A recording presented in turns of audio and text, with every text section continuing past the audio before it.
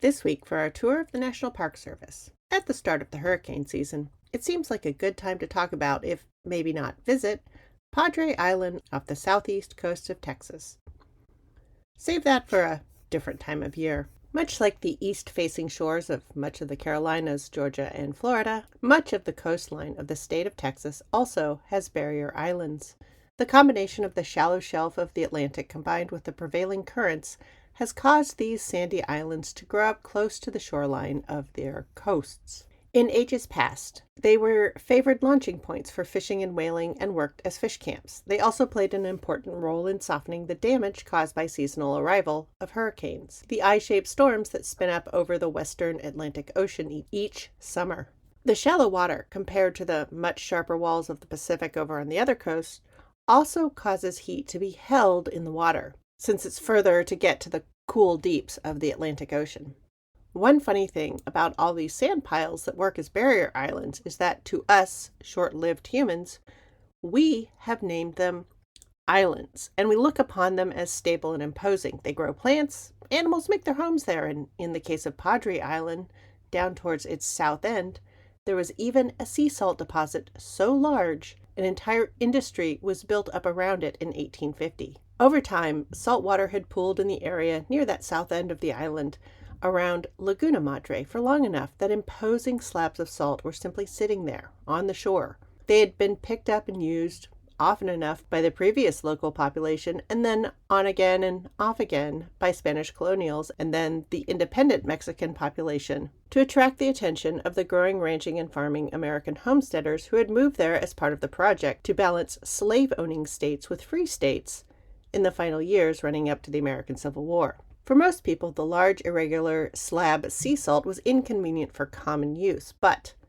as rail lines spread across the North American continent, especially to capture the spreading cattle and farming industries, the town of Corpus Christi, with a long and interesting history of its own, became part of the supply network for the expanding American railroad economy. So a salt mill was built there to take advantage of the salt pile that had accumulated at the south end of Padre Island. The deposit was large enough that it was being harvested by crews of up to 150 men for each transport trip back to the Corpus Christi mill. The resulting ground salt was of different grades and used for a range of needs, from table and cooking salt to a rougher product that was used as an additive for cattle feed, to make ice cream, which was a burgeoning industry in America at this time, to preserve meat for shipping, as well as to tan and preserve cow hides. Records exist for the salt being shipped as far away as Oklahoma. Yes, the next state north, but that could be at least 500 miles away. And that was significant in an age when 20 miles away was a long way to go in a day. What makes this even more interesting is that the entire salt industry collapsed in 1875 when a hurricane came through and not only rearranged the barrier islands in that area, it buried and washed away all of the remaining salt deposits. The barrier islands of the Atlantic coast and their native inhabitants, they're fine. The natural local flora and fauna have adapted to life on these shifting sands. It's the people who are fooled by the word island and think of these overgrown sand dunes as something like permanent. And so they do foolhardy things like build structures there that they expect to stay, even as hurricanes come through year after year, tearing apart pieces of the island and changing the shapes of these barrier islands as they always have and always will. But the national parks and nature preserves take a more realistic approach to just exactly what a barrier island is and ever can be. So when it's not hurricane season, come down to the Padre Island portion of the Texas National Seashore to see these places where birds and turtles and sand dune prairies all live with the uncertainty that is life on a barrier island. And think about how even 150 years ago, Americans were being shown that these islands are truly only sand to shift under our feet.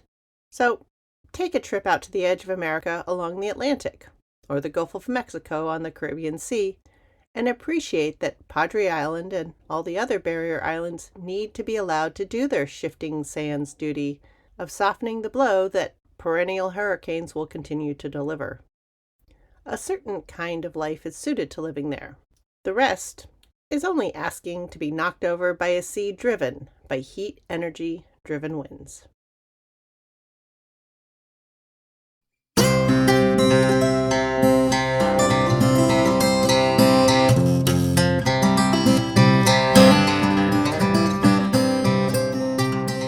Episode 174: Foreign Salt, Local Salt, Industrial Salt.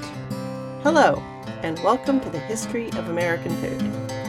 This week I'll be looking at the expanding role of salt in American food and industry as we find ourselves firmly in the mechanical and railroad age. Salt had an essential role in making the age of sail possible, but as we ditch that for steamships and steam trains, the presence of salt in our food lives will never be the same again. To learn about how, pull up to your place on the table, and let's dig in. The first thing you need to know is that during this period of time, the late 19th century, it's the first time the United States really started manufacturing and mining salt seriously. Yes, we're still importing salt. We never really stop. But this is the first period of time when Americans both develop a salt industry and tie it to the growing steam-powered transport network that's creating and expanding new commerce and industry all over the continent. Salt, in and of itself, is a commodity, and the material is fairly plentiful and cheap to obtain. However, it's an essential commodity, unlike sugar or purple dye or silk or porcelain. While people can make do without any of those, humans, well, all mammals, have to have salt. So the price has often been high due to additional taxes placed on it by governments or the agencies transporting it. For unlike many other food products and related goods people need or use frequently, salt has a more or less infinite shelf life.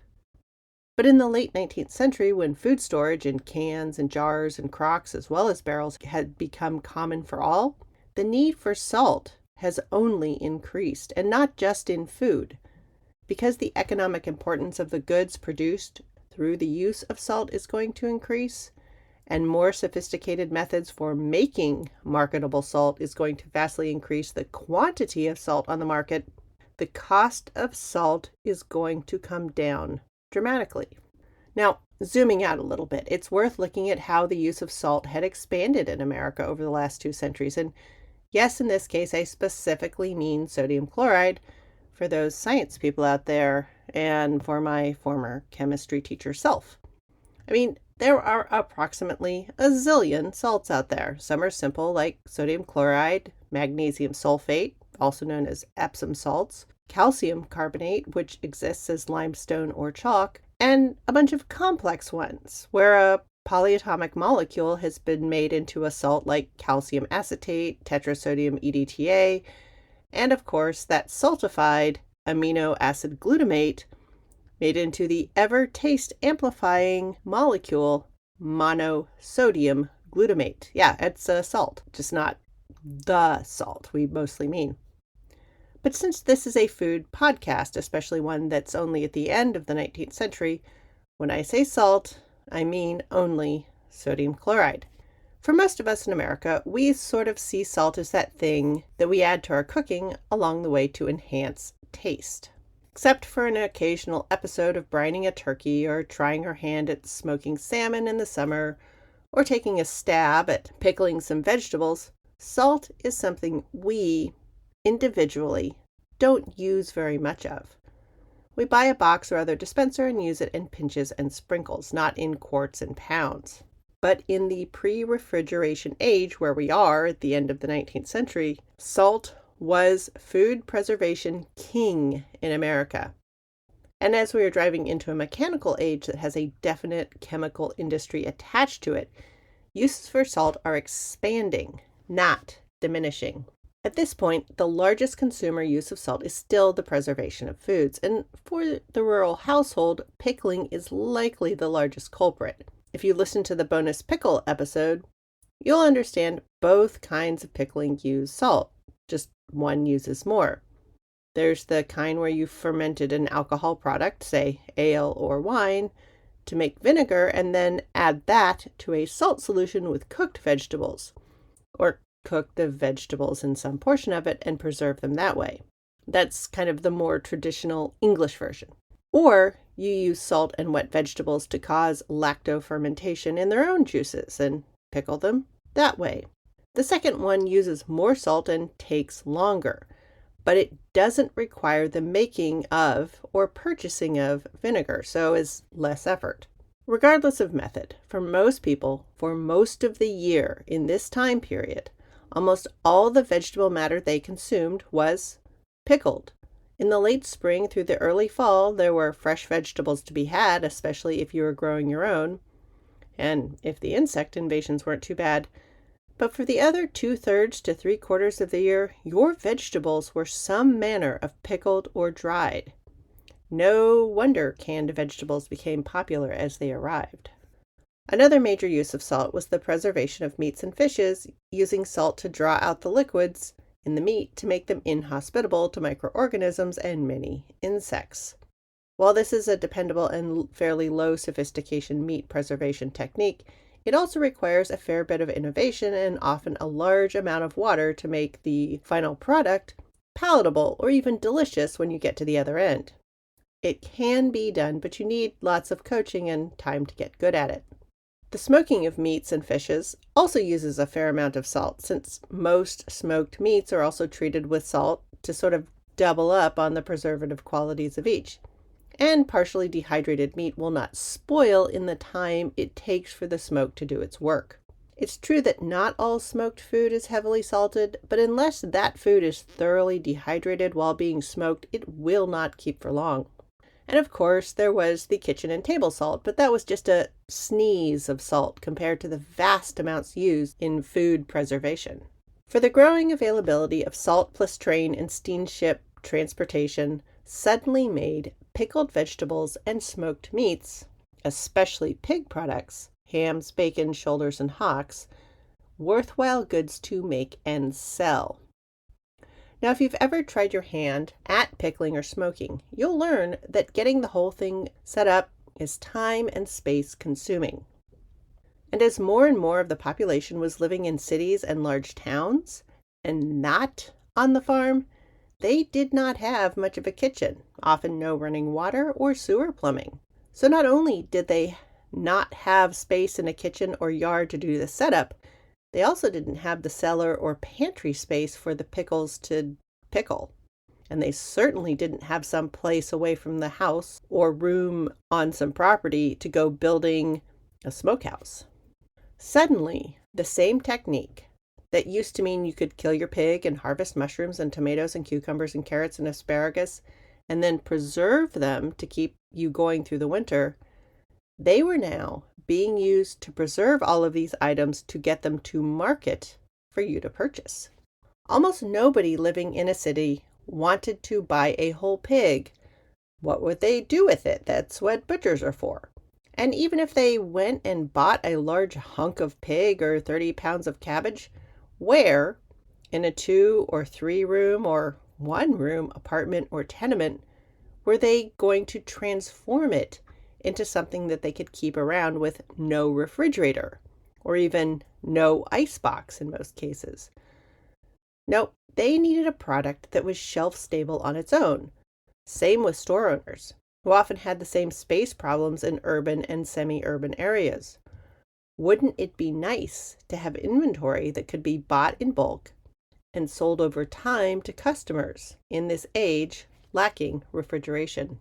The smoked meats and pickle and relish industries, along with canning, were perfect for this age of growing train transport when it lacked refrigerators.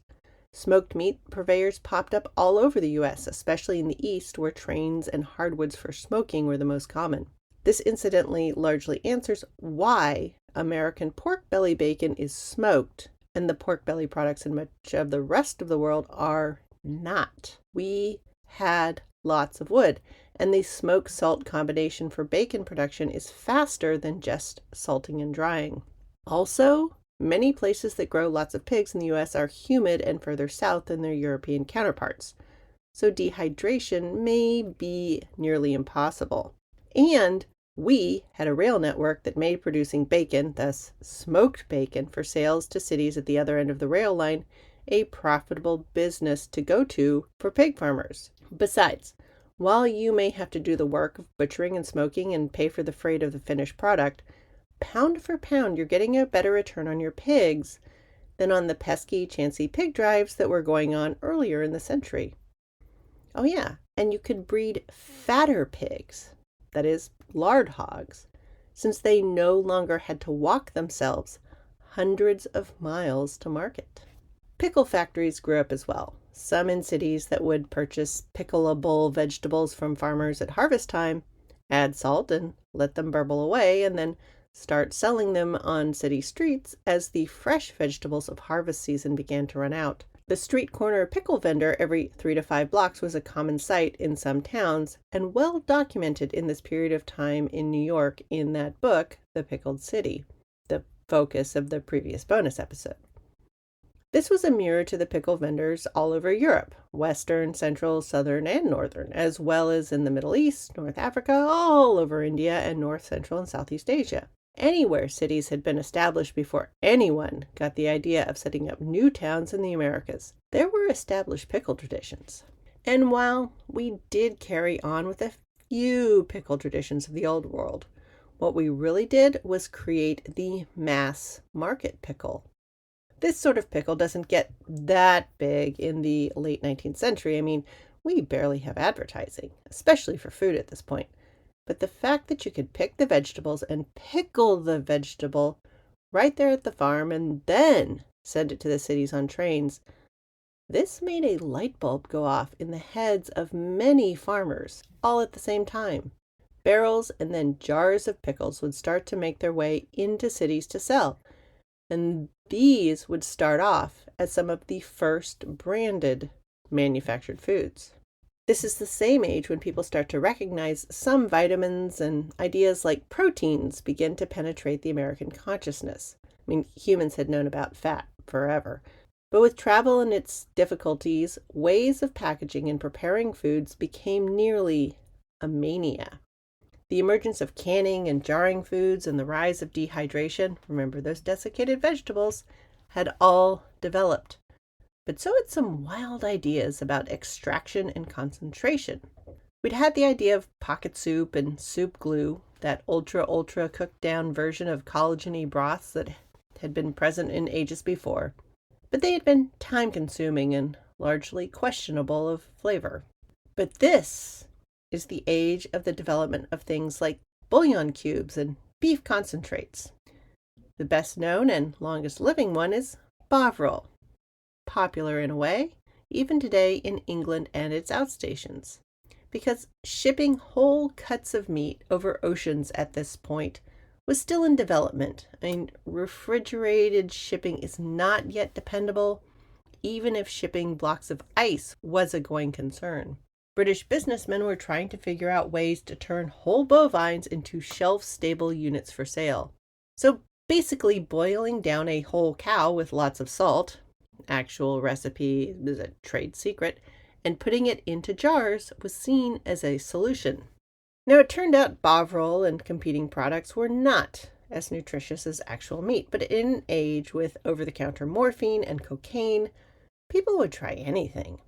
And then sell it to you with flashy advertising pitches full of lies unregulated by any sort of government agency. In fact, it was these guys and their patent medicine brethren folks that would get things going in directions that made the American government start making rules and regulations about what you could actually call food and medicine, and what you could say it could do.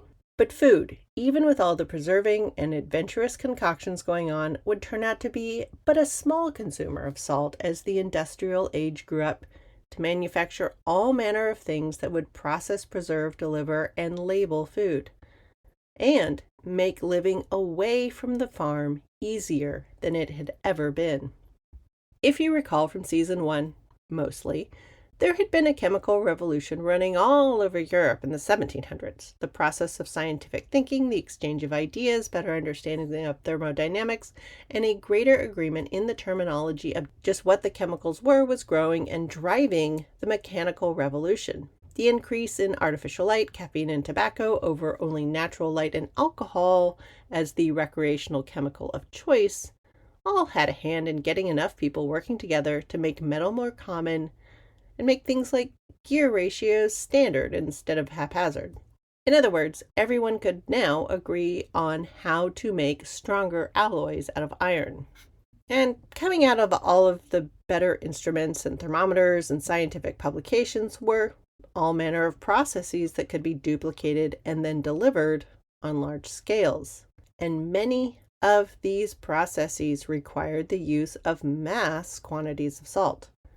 One of the most important in the burgeoning Industrial Revolution was the Solvay process. Brine from salt springs or partially concentrated seawater were mixed with limestone, just the rock. And then a few other items were thrown in there to make enormous quantities of soda ash. This is a necessary ingredient in the growing soap, glass, and dyeing industries that were all taking off. Side note, one of the reasons England and France were both so interested in taking over Egypt is that dry lake beds there were mined for the accumulated soda ash. And both England and France wanted them for each of their proprietary industries. So Napoleon and Nelson were fighting for raw materials in the end. Side note, much of England's desire for India was for its giant deposits of nitrates. But that's another tale for when we get to the guano episode. Anyway, soda ash and more salt were necessary for the production of strong acids. Hydrochloric acid, HCl, and sulfuric acid, H2SO4, were again important for a growing list of industrial processes. Alongside this, the development of electricity, even before it was ready for distribution for household use, was being deployed industrially. And one of the main things it was driving was the galvanic production of sodium hydroxide, or lye, another essential ingredient in soap making, as well as some metallurgical processes. The ability to make dependable strength, strong acids and bases at a large scale would lead to changes in cotton and wool fiber processing, changing cloth manufacture. This would be further changed as dye manufacture was revolutionized by plentiful acids, bases, and salts, not to mention the development of artificial dyes, which would radically change the color palette of Europe and then the world. Treating plant fibers would extend to the treatment of wood fiber as well, and the tree-based paper and cardboard revolution would come. So salt no longer was just for flavoring and preserving food. It was an essential part of the industries that were developing around food and making further food preservation possible. Now, salt had been a concern of the world more or less since people had been preserving food, saving some for tomorrow, or probably even before then. After all mammals will seek out a little salt now and then. Salty rocks and wild places get visited by the wildlife for an occasional lick. And everywhere there's been a large civilization, there has been at least one memorable conflict over securing salt. You can go back and revisit episodes 9, 10, 10.5, 48, 98, 121, and my episode from the Civil War on how salt was part of how the war was won or lost, if you're curious. North America, not having been host to a large interconnected civilization for at least 400 years, was short on any sort of large-scale salt industries at the start of the 19th century. There were local producers, sure, but salt production methods had come a long way over the century, and the market for the chemical was absolutely booming. So salt production and distribution became an American industry in the late 19th century as a way to supplement and compete with the salt that they were importing from English, French, and Dutch suppliers. The imported salt, especially the industrial supplies, were largely coming from colonial holdings in the Caribbean. And American interests were also mining and drying salt from small salt islands as well. Much of the American salt interests were also in existing salt flats and salt mines in the interior of the continent. While there are many, many reasons the American, Spanish, and Mexican governments were sniping back and forth at each other, cattle grazing rights, is this land eligible for the use of enslaved labor, potential gold mines, and so on, part of the territorial tension along the Rio Grande during the late 19th century also revolved around the access to salt deposits. The area around Syracuse and Saratoga Springs in western or upstate New York, before becoming a spa center for the rich and aspiring, it was made important by the salt springs or salines found there. And since mapping had gotten better and everyone could see that North America was actually quite a bit further south than Europe, several people thought that, hey, if France can make salt from sun and seawater, surely we can do it in America. At this point, they didn't really understand the air currents that drive climate, though. All the same, there were several solar salt-making operations that sprang up along the American East Coast. Possibly the most extensive were salt works along Cape Cod out at the tip of the state of Massachusetts. Just as it is a popular vacation spot now, with breezy weather and less rainfall than the heart of the state, it was a popular spot for making solar salt. The industry there began in the years leading up to the Revolutionary War, as salt was one of the many things people were boycotting from British sources. Now, Cape Cod salt had to be largely a seasonal occupation. The stormy winter with limited sun was terrible for salt production, and they had to build roofs to protect the drying salt during evening summer thunderstorms. But all the same, it was a thriving industry with over 600 salt farms along the arm of Cape Cod during the 1800s. But by the end of the century, this slower form of salt production would begin to lose out to the vacuum boiling technology that was being developed and used on underground salt deposits being pumped out of the ground. Again, because the boiling method was far faster. So even though the boiling method was far more energy intensive and took a lot more work, it was faster. In England, entire towns would be undermined and collapse into sinkholes as the salt was mined and dissolved and pumped out from underneath them. Look up Northwich if you're curious. But in North America, we'd barely built anything, so we could undermine empty ground, which is what we started doing in different places that caught our eye, since they had been, up until recently, the centers of different tribal confederations. Western New York had been the center of the Onondaga tribes and had huge salt deposits. Over 35 salt mining companies would be formed during this period to extract salt from the area. Overlapping fishing and mound building societies of the Mississippian peoples had extracted plenty of salt from the springs on what is now known as Avery Island in Louisiana. And the growing timber industry in the area around Saginaw and St. Clair, Michigan, provided plenty of scrap wood as fuel to boil water from the salines in that area and develop a salt industry there. The same barges that were hauling lumber from the logging operations along the Saginaw River to Lake Michigan were also taking salt with them as well. In fact, the Erie Canal has even sometimes been called the ditch that salt built. After all, with no expiration date, heavy, bulky salt was a perfect cargo to haul along the canal, whether on its own or when there was no other cargo to be had, or to fill up a short load. There was always a market for salt, and it was only growing. As the plow and growing iron and coal-based industries were opening up Ohio, Michigan, and western Pennsylvania, salt was mined and boiled out of locations near Cleveland, Detroit, and Pittsburgh. As the United States pushed itself westward, railroads or no railroads, it was clear that there was no way that imported salt would keep up with the ever-growing demand of the country.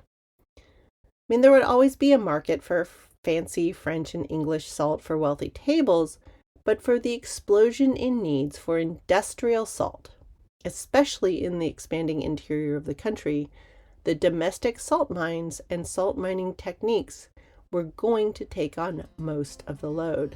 It is in the late 19th century that America stops mostly using salt for preserving its food. Instead, it's going to go into manufacturing things that make it possible to make food for sale, needed for the glass jars, the metal cans, the cardboard boxes, all of the things food for sale will come in. It's also the time when we start mining and manufacturing more salt to feed all of these industrial needs, both in the making of food and moving it around. Next week, America's other favorite food additive, sugar, gets its turn on center stage. During the 1700s, sugar had been almost entirely a foreign affair for North America. In the 1800s, Americans were manufacturing sugar, but entirely using the labor of enslaved people. With the end of slavery, what would become of the American sugar industry? Since we continue to eat a ton of it to this day, clearly it never went away, but how did it change in this era of the United States? Well, thought you'd never ask. Join me next week for a piece of the American food and sugar story I have been dying to share. Thanks for listening. There's really only one way this podcast grows, and that's by word of mouth. So don't be afraid to share this with any of your food fan or history curious friends, especially in these days when the world is coming to America and discovering ranch dressing and Waffle Houses. What better time to talk about food?